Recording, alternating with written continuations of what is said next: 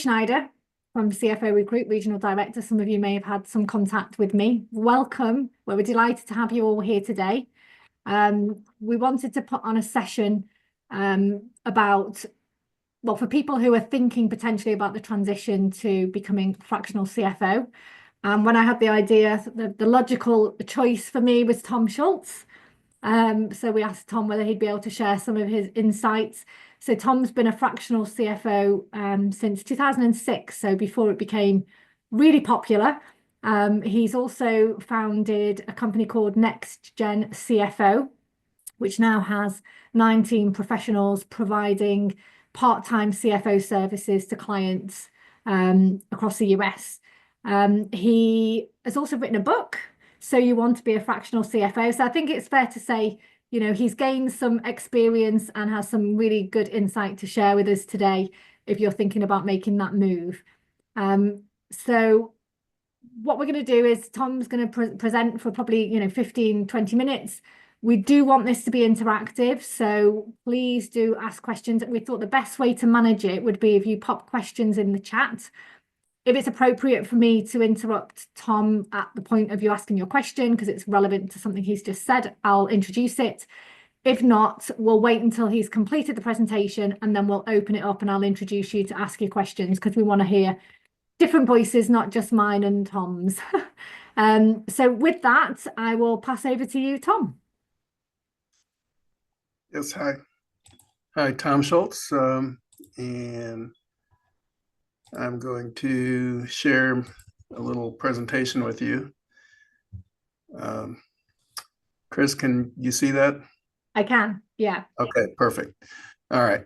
So thank you, CFO Recruit, for really, I asked Chris, I said, what are you doing trying to convince CFOs to become fractional CFOs, because you recruit full-time CFOs for client companies? And I think she, had a pretty good answer about how, they're just trying to be a service and pay it forward. And hopefully you guys will give them all some goodwill for having presented this today. At any rate, just wanted to go through my agenda is really simple for 15 minutes or so. Fractional CFO, I'm going to tell you a little bit before, a little bit now, and a little bit about the future. And one of the reasons why I think I've gotten to know a lot of fractional CFOs and would-be fractional CFOs is after I wrote my book, I created a mission statement to grow the number of fractional CFOs from 5,000 to 50,000 in the next 5 years. Well, no one knows how many fractional CFOs there are. There's no Census Bureau, or there's no one that's actually counting the number of fractional CFOs. And frankly, there's some different variations of fractional CFOs that call themselves that, and you just don't know how to count them. But I think I latched on to what I see on LinkedIn and a lot of places is want to 10x the number of fractional CFOs, and that's for a variety of reasons. I'll explain it to you a little bit, but that is my mission statement, and that's why I'm talking to you guys, because hopefully one or two or more of you will decide to make the leap into the fractional CFO career. Just a little bit about the early days. I did some research for my book, and there were not a lot of players early on, but interestingly, in 1987, there was a company, an outfit called B2B CFO that was founded and grew. And really, it was the first kind of part-time CFO firm that was really just created, and people were finding out about it, and they marketed it, and they brought on people. So still very few people relative to the whole universe of CFOs and companies out there, but a company called Tatum CFO in 1993 was founded, and they were eventually purchased by Randstad, who's a staffing firm. Another company called Advanced CFO Solutions in 1996, now known as Amplio. 100 professionals work there. And that, I put at the bottom Focus CFO, founded in 2001. The reason I've put them there is I think they now have the most fractional CFOs, at least in the U.S., in one company. They went over 175 CFOs this past year, and under one roof, under one firm. So, but those were kind of small and kind of growing. But in 2006, which is actually when I started as a fractional CFO, I wanted to point out about LinkedIn. LinkedIn only launched in 2003, and in 2005 only had a little over 1 million worldwide members. So when I started in 2006, LinkedIn was not a thing. I mean, we had to do our business networking not online, but we had to do it in person by phone. But mostly, most of the fractional CFOs back then were local just because of that limitation. And interestingly, too, Microsoft Internet Explorer was battling Firefox. If any of you remember Firefox as a browser back then, but the bottom line is when I started in 2006, I looked online and didn't find a whole lot, and that was one of the reasons why I wrote my book, because it's just tough. It's tough when there's not much information out there to kind of jump into a new career field that you know very little about. So this is the book that I put out about 1.5 years ago was my way of giving back a little bit. So just a little story. In 2006, I lost my job. I was a CFO for a pharmaceutical packaging company called Pharmagraphics. We sold to a private equity-backed platform company. And within a few months, the new CEO said, "Oh, I want my own CFO." And so I was out of a job and started looking for a full-time job. And as I was networking, I found a couple of part-time CFO jobs that I thought were just going to fill in the time until I found the full-time job. But what happened is I ended up filling up a full-time job with part-time work. And so a year after I left my previous company, I told everyone I was going to be a full-time, part-time CFO, that was going to be my future direction. And so that was kind of an enlightening thing, and it was kind of exciting. And there weren't a whole lot of us back then doing part-time CFO work. And then soon after I made that announcement, I lost a couple of clients, and I was down to one client, $1,500 a month. And I was like really seriously questioning what I was doing. But shortly thereafter, a month later, 2 new clients, 5 days a week. I've never lacked for clients since. I've always tended to have a new client onboarding before I had an old client exiting, because you're always wanting to kind of keep a pipeline going. And so since 2008, I've never lacked for clients. I've always had a full-time job of part-time CFO clients. Back then, when I started out, we were known as part-time, not fractional CFOs. Fractional started becoming a term around 2010 or so. It's interesting. I've been asked the question before, why fractional, and why is it becoming such a common term? And I think it's just to service the search engines. If you go into Google, if you go into LinkedIn and you type in fractional CFO, that'll be your best search. And so as people started coalescing around that word, that term, it's become a self-fulfilling prophecy that it is now the de facto search term for the career or the industry that fractional CFO has become. But back then, most part-time CFOs, we were mostly on site. We were mostly doing a package where we were 1 day a week, half a day a week, 2 days a month, and we would generally charge a monthly fee. And there's still a lot of that going on, just less, but that's how we started out back then. And we were also CFOs going into this role we were CFOs that had the full job description previously, and we were bringing the full job description in to the new our new client company. Firms started growing slowly within a region. Generally, the early growth in the fractional CFO firms were kind of regional, not national. And NextGen CFO, Chris had mentioned earlier, I started in 2010 with 4 other partners. We're still basically in the North Carolina region, and we're now 14 years later, almost 15, we're up to 19 CFOs.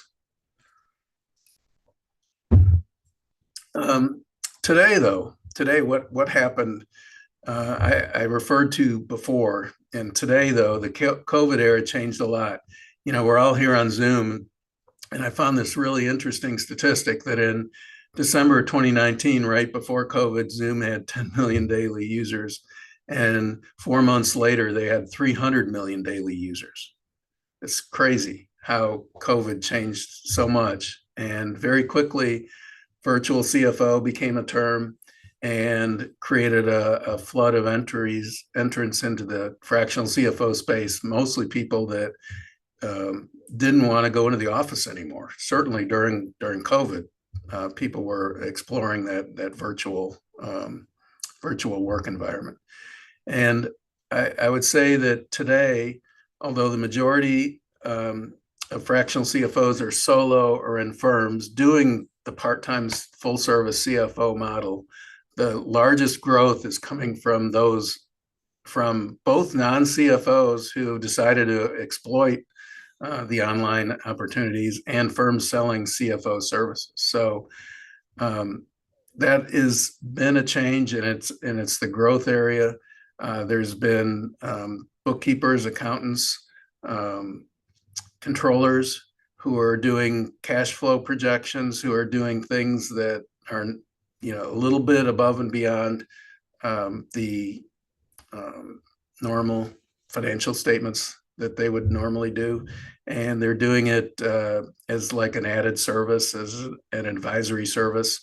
And a lot of companies, that's all they need. They just need a little bit more. And the term has been coined as CFO services. So it might not be a fractional CFO who's coming in and being your part-time CFO, but your accounting firm maybe is selling you additional CFO services now, and that's becoming a big growth area. So I wanted to just share a little bit the fractional CFO business models today. That I've kind of put it down into 6 different areas. The first one is the part-time CFO that I originally started in. That is simply, I go in 1 day a week to a client, and I am their part-time CFO. I do everything a CFO would do. I'm just only there 1 day a week. The interim CFO is someone where they would lose, say, a full-time CFO and desperately need a full-time CFO replacement. So there are a fair number of people out there who are doing just that. They'll go in for 3 months to cover a company's CFO needs while they're searching for a full-time replacement. And in some minor, rare circumstances, that interim job might turn into a full-time job or permanent. But in many cases, I know of some interim CFOs who they'll work 3 or 4 months, and then they'll take 3 or 4 months off while they're waiting for their next assignment and next client, and then they'll do it all again. And it's really best, I think, works best for people who are retired but not really ready to retire yet. So they're not as worried about income, and they're more worried about just engaging their brains.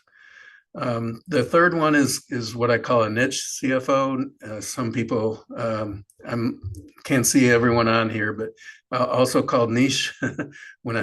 Back in the day, I grew up on niche, but the niche CFO is where they will do certain things. So for instance, I have one acquaintance that he goes into companies that are looking to raise capital. And if they do not have a CFO, he will become their CFO while they're raising capital.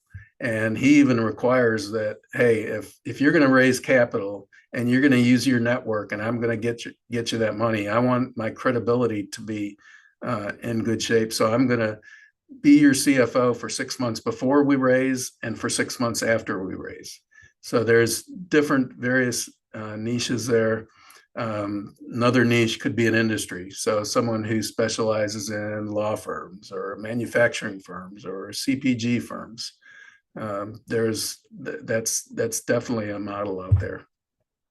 Some of the newer breeds, I call it the CFO consultant, where you just you're there on board. You give them, say, a set of KPIs. You get their financial statements in. You put them into whatever model you have, and you send them back out in terms of a KPI dashboard or different projections of some sort. And so that will typically just meet with a company once a month. They'll meet for an hour or so. They'll share their information. They'll share their advice, but they really won't do a full CFO job description. The fifth one, CPA firm. So a lot of CPA firms are adding CFO advisory services. Some of them call them fractional CFOs. Some of them just call them CFO advisory services, where they do the above and beyond things, the cash flow projections. They help with mergers and acquisitions. They'll help raise capital or funding. And that's kind of a growth area for some CPA firms, although not really small ones. They got to be usually regional or national. And then the last one is interesting because the bookkeeping firm CFO advisor is really helpful for small businesses. So typically you've got a lot of $1 million a year sales businesses that they've got bookkeeping firms that they just outsource all their accounting. Well, these bookkeeping firms have the data, and they say, well, we can do your books for $500 a month, but for $1,000 a month, we can do these nice dashboards, and we can do these nice, helpful things, and we can meet with you on a monthly basis and tell you some of the interesting things that you can figure out from here. And so the cool thing about that really is that now you've got the small businesses that don't need even a small fraction of a CFO. They're getting some really helpful information, almost as if they had a CFO, which is really, from the bookkeeping firm, all that these small businesses need. So, question, how do we get to the 50,000 fractional CFOs, the future?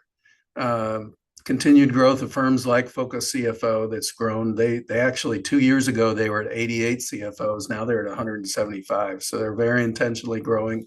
And there are other firms like that around the country and around the world that are intentionally growing. So and then growth around the world of fractional CFO. So not US, the UK is pretty strong. The US is very strong. Canada is becoming strong. But I'm getting contacted from people in India and Saudi Arabia, New Zealand. The growth of fractional CFOs is happening worldwide now, and that's going to be part of getting to the 50,000. So also, the third one, the growth of virtual CFOs. So someone who doesn't necessarily have a good base of customers, they can be off in a really small town somewhere. But and not be able to find clients locally, but if you can find on the internet, you can find clients, then you can live everywhere, anywhere. You don't have to go in. You can market virtually, and that's leading to more and more CFOs. And then the fourth one, and the growth of the CFO services. So I talked about the small businesses. So more future. This is kind of my looking way down the road. I think there will be a shakeout in some of these business models. So, the part-time, the interim, they may merge. The CFO services may merge with or have a different way of going about it. I just don't know, but I think there's going to be some shakeout because some of these newer business models are fairly new and not really entrenched at this point. But there will be an increase in CFO level education offers. And what I mean by that is people like me that are trying to tell people like you how to do this. Right now, I actually did a study, and there are over 12 people or firms that are offering CFO coaching or educational services. So you can take a class, you can join a network, you can get one-on-one coaching, which is one of the things I do. And so the more of us that are out there, the more the market will expand. And then the third thing, AI is a big unknown. It's coming and we need to stay educated, but being that, for instance, I'm at 5 different companies, and 5 different companies all have different timelines on using AI and different needs. So it's really hard for me to narrow in on one specific AI application because all 5 of my clients have different ones. So, but in the blue down there, that's just my humble opinion that I think the CFO and the fractional CFO will be the last person standing in a finance department 30 to 50 years from now, because someone's got to run the AI. Someone's got to tell it what to do or what you want. I just can't ever see that going away, and I think that we're all going to be in a good position for that. So, at any rate, do you want to open for questions now, Chris? Yeah, so I'm sure, there's people on the call who are maybe thinking about transitioning from a full-time, permanent position to a CFO, a fractional role. So I guess what we wanted to do was kind of open it up to the room if people have got specific questions or if they want to share any of their own experiences that might be useful for the group. Thank you so much, Tom. Just conscious of time, so I'm just going to close up, but really, really appreciate you taking the time to prepare and then to deliver some really great points there that I'm sure people have found really beneficial. As I said, after the session, I will follow up with an email.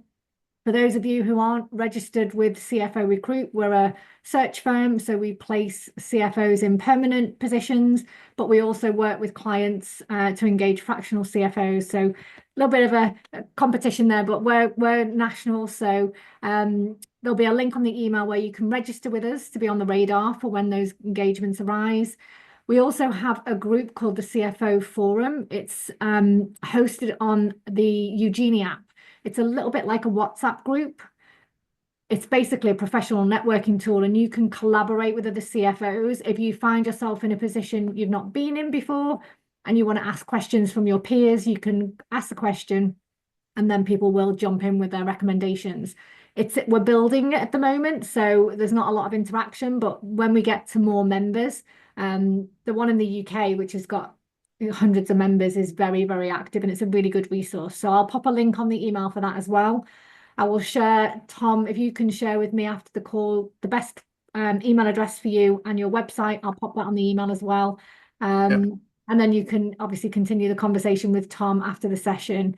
But really appreciate you all joining us today. Hopefully you found it useful. And with that, I will bring the session to a close. Thank you.